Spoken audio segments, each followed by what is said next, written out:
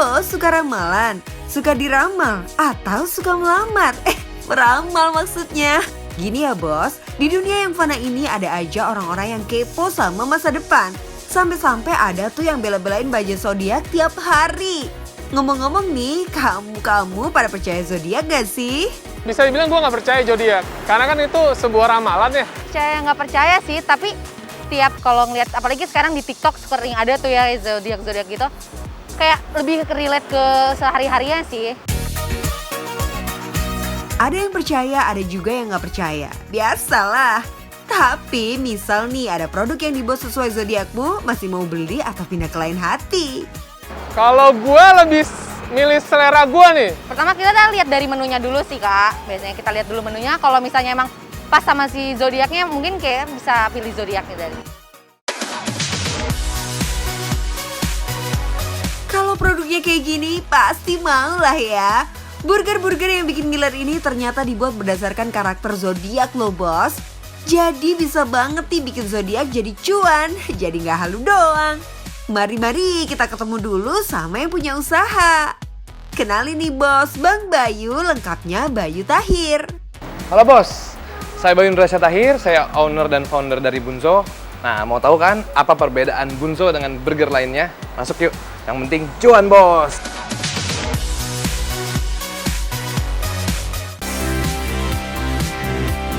Mas Bayu sukses membuka kedai burger pertamanya meski di tengah pandemi. Tapi kenapa pilihnya burger ya? Kita tahu pesaing di bisnis burger ini cukup banyak. Karena pertama, saya memang suka banget sama burger nih. Nah, yang kedua, burger itu udah common food ya. Kalau saya perhatiin di Indonesia, di segala penjuru daerah memang udah pada tahu burger. Yang terpenting, bisnis burger itu bisa dibilang long lasting ya, nggak musiman. Asal kita tetap ikutin tren yang sedang berjalan plus inovasinya. Terus apa dong hubungan burger sama zodiak? Jadi ceritanya gini, memang saya pribadi sangat tertarik dengan astrologi ya, saya sangat tertarik dengan menganalisa karakter orang, dengan rasi bintang, dengan zodiak gitu. Setelah saya pikir-pikir, burger pun sekarang kayak gitu. Jadi kalau burger kan dulu awalnya dari Jerman kan, terus dipopulerkan di Amerika, simple kan, dia cuma patty, cheese dengan bun. Tapi sekarang itu burger justru banyak banget fusionnya. Segala penjuru negara itu stylenya udah beda-beda. Makanya bos, saking hati-hatinya menganalisa, Mas Bayu sampai menghabiskan waktu 2 tahun untuk memikirkan core bisnisnya sampai akhirnya tercetuslah ide ini. Lama juga ya bos, nggak heran kalau bisnis ini terlihat matang banget meski beroperasi di tengah pandemi. Sejak awal, Bayu memang menargetkan generasi 90-an, kaum milenial dan Gen Z yang memang sangat akrab dengan fast food dan zodiak. Sampai-sampai semua burger yang dijual punya karakter khusus yang diracik berdasarkan zodiak. Sebenarnya gini, saya kasih contoh aja ya. Misalnya kita ada burger Aquarius kan. Kalau Mas di sini lihat burger Aquarius itu beda sendiri. Kita pakai long bun. Yang lain round, kita pakai long bun. Nah, kenapa? Karena karakter Aquarius itu memang different daripada yang lain. Untuk membuat satu menu saja, Bayu bersama timnya bisa menghabiskan waktu berbulan-bulan sampai mendapatkan karakter yang pas. Pastinya melalui trial and error yang cukup panjang. Ya, kalau mau sedikit berbeda dengan yang lainnya, memang dibutuhkan tenaga dan kreativitas ekstra.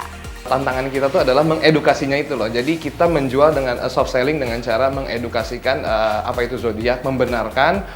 Kayak contohnya gini deh, sekarang itu banyak orang yang bilang zodiak itu ramalan. Tapi di sini juga kita mengedukasi bahwa zodiak itu sebenarnya pola karakter dari setiap orang yang berasi zodiak itu gitu loh. Tips baru nih bos, salah satu cara Bayu mengedukasi pembelinya dengan menyisipkan Q&A alias question and answer di akun media sosial mereka. Duh, netizen yang kepo pasti akan langsung tanya-tanya tentang zodiaknya sendiri, zodiak gebetan sampai zodiak mantan. Dan di saat itulah gambar burger berdasarkan karakter tadi akan muncul di mana-mana dan masuk ke alam bawah sadar kamu. Capek nanya jadi lapar mata, beli deh burgernya, dapet cuannya kan? Kadang dari membangun engagement dengan netizen, tim risetnya Mas Bayu mendapatkan ide baru nih bos. Apakah perlu ada perubahan di menu zodiak mereka atau tidak? Oh iya, harga burger yang dijual pun sebenarnya tidak bisa dibilang murah juga bos. Proporsinya nyampe Rp50.000. Tapi jangan salah, yang beli tetap banyak kok. Kuncinya ada di kualitas burgernya ya bos. Daging yang dipakai aja dari jenis Australian Beef Flash Fat yang rendah lemak tapi tetap juicy. Penasaran berapa rupiah yang dikeluarkan untuk bisnis burger ini? Kata Mas Bayu sih lebih kurang 200 juta. Sudah termasuk sewa tempat, bikin layout yang oke, sesuai konsep si Zodiac tadi.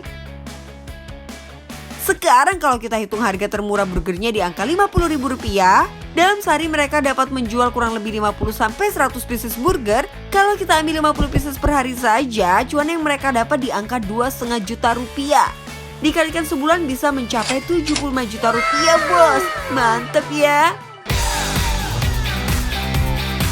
Gak berhenti sampai di situ, Mas Bayu dan tim juga pakai strategi bisnis jemput bola untuk meningkatkan penjualan. Jadi gak cuma ngandelin pembeli yang datang ke kedai, Mas Bayu juga mendekati konsumen dengan cara berkeliling. Mereka menyebutnya dengan istilah bundling alias burger Zodiac keliling. Meski ada biaya transportasi tambahan, keuntungan yang didapat sepadan kok bos. Selain makin banyak yang tahu, Mas Bayu juga menerapkan sistem PO dan COD. Tapi gimana tuh cara menjaga kualitas burgernya? Memang dari awal kita memilih ban, memilih patty itu yang kualitasnya yang tidak cepat rusak ya. Contohnya beberapa ban kalau kita salah membuat atau salah memproduksi itu 30 menit aja udah kering. Tapi kalau kita akan tetap lembut, di reheat kembali juga sama seperti fresh from the stove gitu loh. Nah sementara untuk sayuran supaya kita tetap fresh kita akan pisah. Jadi bos, ada beberapa kesimpulan yang bisa kita tarik dari bisnisnya Mas Bayu Tahir. Pertama, cari sesuatu yang dekat dengan target pasar kamu. Dalam hal ini, Mas Bayu memilih zodiak di mana setiap orang pasti punya zodiak. Hal ini juga memudahkan konsumen dalam memilih menu apa yang ingin mereka beli. Kedua, gunakan bahan-bahan yang berkualitas, apalagi kalau daerah pemasaran kamu cukup luas. Ketiga, jangan takut untuk jemput bola, dekati konsumen demi meningkatkan penjualan. Kalau usaha sudah maksimal, jangan lupa berdoa biar terus lancar jaya. Karena yang penting, Cuan bos.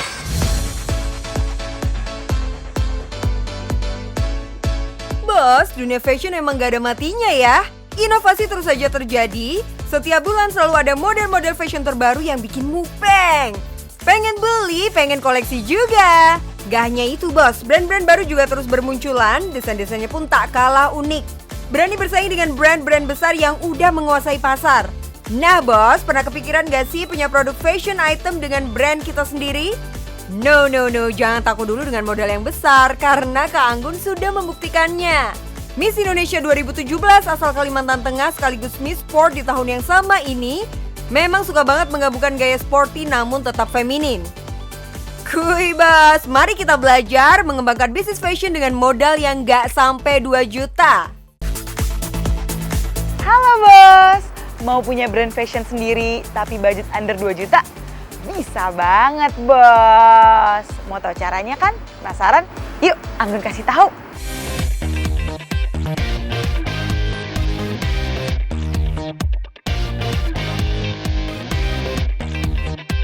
Rp2 juta sebenarnya bukan modal yang besar bos. Kamu bisa patungan or kerja sama dengan teman-teman kamu. Nah, udah dapet 2 jutanya, sekarang mari kita kembangkan supaya bisa jadi berlipat-lipat jutanya. Ini dia step by stepnya bos. Pertama-tama, kalian tuh harus tahu dulu mau buat produk apa. Bisa jaket, celana, rok, ataupun daster. Ingat bos, karena modal nggak banyak, yang pertama kita lakuin adalah fokus. Lihat lagi target pasar kamu dan perbanyak informasi tentang tren apa yang sedang berkembang saat ini. Setelah tahu kalian mau buat apa, kalian tentuin dulu desainnya. Kalau kalian bisa gambar, gambar aja langsung desain apa yang kalian inginkan. Tapi kalau mentok, bisa juga kok searching-searching di internet atau contoh aja produk yang udah ada, tapi kalian modifikasi sendiri. Dalam dunia fashion, desain itu posisinya sangat penting ya bos. Semakin unik, semakin menarik dan gak pasaran, semakin produkmu diburu pembeli. Desain yang beda juga sebagai bentuk diferensiasi produkmu dengan produk pesaing. Nah, kalau lihat di internet kudu dimodif lagi ya bos, jangan nyontek plek-ketiplek. Pertama udah dapet mau produk apa yang dibikin, kedua bos juga udah punya desainnya, tinggal step terakhir nih yaitu tentuin penjahit mana yang mau bos pilih. Banyak kok referensi penjahit-penjahit di luar sana, tinggal bos searching. Tapi kalau Anggun udah punya referensi sendiri nih. Nah ini yang penting bos, mencari penjahit yang bakal membuat produkmu jadi layak jual dan layak pakai. Ini nggak bisa dibilang mudah juga emang, macam cari jodoh bos alias cocok-cocokan. Tapi tenang bos, Kak Anggun bakal kasih bos-bos semua preferensi tempat jahit yang oke dan terpercaya, berkualitas tanpa menguras kantong. Duh, kapan lagi pengusaha kasih tahu rahasia perusahaannya? Iya nggak sih? Ini dia bos, sejahit.id. Searching deh di media sosial seperti Instagram, sudah ada kontaknya juga. Masa pandemi yang serba terbatas ini semua bisa dilakukan secara online bos.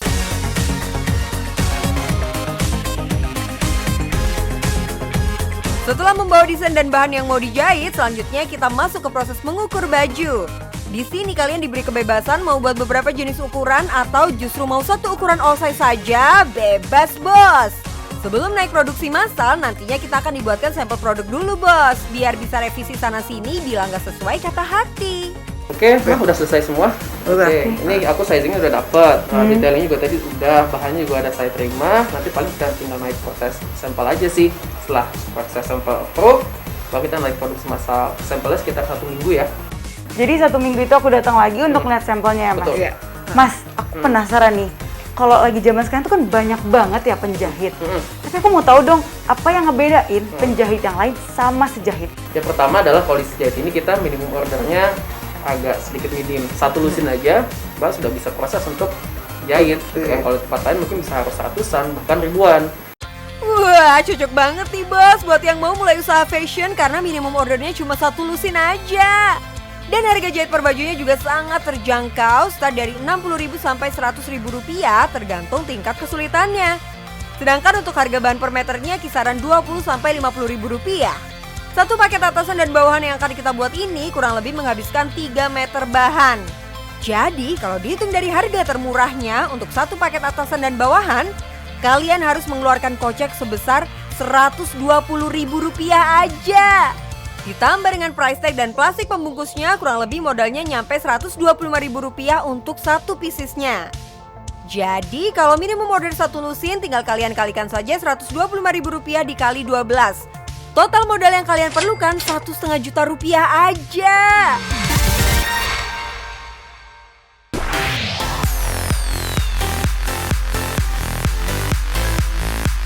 Siapa yang suka makan jamur? Duh, enak ya bos, apalagi yang crispy modelan gini. Banyak yang suka jamur, banyak olahan jamur yang beredar. Itu berarti ada peluang menjanjikan di sana. Bos, tertarik gak nih terjun ke bisnis jamur tiram? Bos-bos di penjuru Indonesia semua, mari kita belajar langsung cara mengelola bisnis jamur tiram langsung ke pakarnya. Mas Helmi namanya selaku owner Jamur Halwa.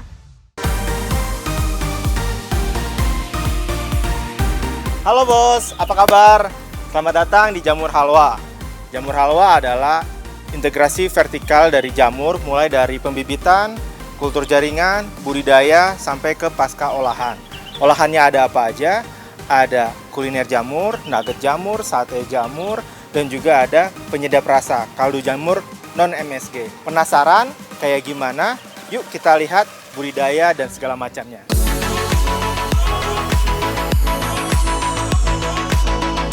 Wah, openingnya aja sudah pakai istilah integrasi vertikal dari jamur. Apaan tuh Pak Bos? Menarik banget ini Body Kupas. Tapi sebelumnya, kenapa sih di antara banyaknya bisnis, Koyo pilihnya jamur toh? Nah saya lihat di jamur ini kompetisinya masih enak gitu. Jadi belum ada yang market leader. Market leader itu jadi orang yang nguasain pasar gitu. Dalam sektor ini tuh masih belum ada. Woi, strategi jitu nih bos. Masuklah ke bisnis yang belum memiliki market leader. Keuntungan lainnya, bisnis ini bisa dikatakan memiliki zero resiko alias tidak beresiko. Jadi gini bos, yang dimaksud dengan zero resiko adalah soal hasil panennya ya. Nantinya setiap bibit yang sudah dimasukkan ke dalam backlog sudah bisa kalian nikmati panen hingga 3 bulan ke depan loh. Tentunya setelah melewati masa inkubasi selama 1 bulan. Udah gitu perawatannya bisa dibilang minimalis banget bos, cocok buat kamu-kamu generasi mageran. Kalian cukup menjaga kelembapan backlog dengan cara menyiramnya dan menghindari cahaya matahari secara langsung. That's it. Kalau sudah kalian tinggal tunggu hasilnya dan panen setiap hari deh. Tapi bukannya harga jamur murah meriah ya? Emang untung? Terus saya bilang, iya kalau panennya kita 1 kilo, 2 kilo memang itu receh. nggak ada cuannya. Tapi kalau misalkan panennya gitu kan, satu kumbung taruhlah 50 kilo sehari. Nah berarti kan kalau misalkan kita kali harga yang paling rendah 11.000 gitu kan, berarti udah 550.000 per kumbung. Nah kalau misalkan kita punya 16 kumbung, udah dikali berapa? Nah, ini dia bos, bisnis receh tapi cuannya nggak recehan. Apalagi peminat jamur saat ini lagi tinggi-tingginya tuh. Buktinya salah satu brand rumah makan geprek kepunyaan seleb papan atas saja membutuhkan 1 ton jamur untuk seluruh outletnya. Wow, menarik ya. Bayangin aja bos, 1 ton itu baru dari 1 klien loh. Belum kalau ada klien-klien lainnya. Simpelnya sih gini ya bos, kalau harga produkmu murah dan kuantitasnya banyak, mainnya jangan di sekilo 2 kilo doang. Cari pasar yang mau menampung produk pertanian kita setiap hari, genjot produktivitasnya biar sekali ngirim bisa ratusan kilo. Berasa deh tuh ditabok cuannya. Jadi gini, dulu waktu saya main sidat itu kan saya double job. Nah pas itu double job saya sempet mau resign sebenarnya waktu itu. Kalau nggak salah pas begitu udah dapat ekspor, dapat bersih nih 60 juta. Dibandingin sama gaji kan jauh banget nih. Gaji di government kan tahu sendiri, apalagi buat level-level baru gitu kan. Itu udah bisa kebaca. Terus saya bilang sama bos saya mau resign kayaknya. Terus dia bilang, kenapa resign? Ya karena saya mau fokus. Loh kalau bisa dua-duanya, kenapa harus pilih salah satu?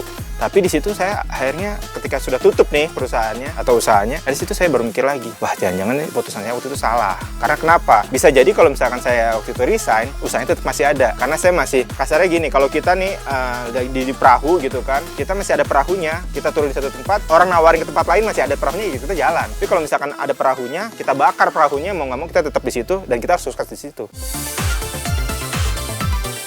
Tuh bener kan bos, katanya kuncinya lagi yaitu fokus, fokus, dan fokus. Jamur Halwa adalah integrasi vertikal. Balik lagi ke awal tadi ya bos, Mas Helmi kan berbicara tentang penerapan integrasi vertikal pada bisnis jamurnya. Emang apaan sih tuh? Jadi sistem ini tuh merupakan strategi perusahaan untuk memaksimalkan potensinya dari mulai bahan baku awal hingga menjadi barang siap konsumsi. Contohnya seperti ini ya bos, jadi Mas Helmi nggak cuma jualan hasil panen jamur segernya aja. Ia juga menjual bibit backlog serta hasil olahan jamurnya bosku. Nggak cuma itu, sisa backlog bekas atau akhirnya juga bisa dimanfaatkan sebagai pupuk loh.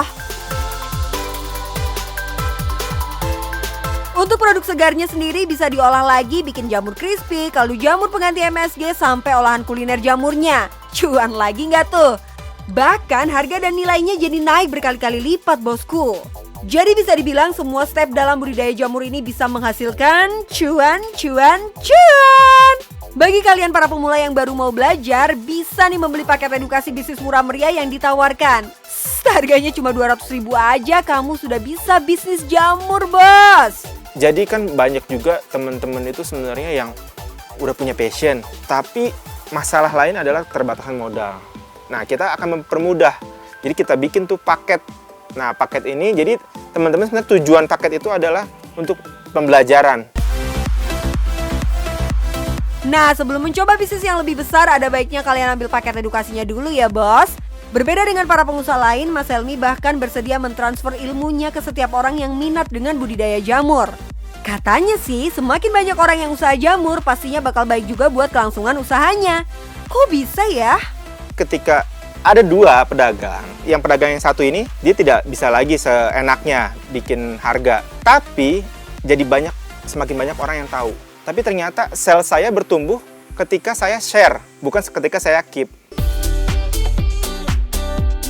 Duh, ini nih ilmu bisnis yang enggak semua orang terapkan. Apalagi nih sekitar 80% pekerja yang ada di sini merupakan warga setempat. Nggak cuma sekedar cuan, Mas Helmi juga memberi kesempatan buat warga sekitar dengan membukakan lapangan pekerjaan. Duh, semoga berkah ya mas usahanya. Nah, jadi tunggu apa lagi bos? Yuk mulai bisnismu karena yang penting Cuan bos!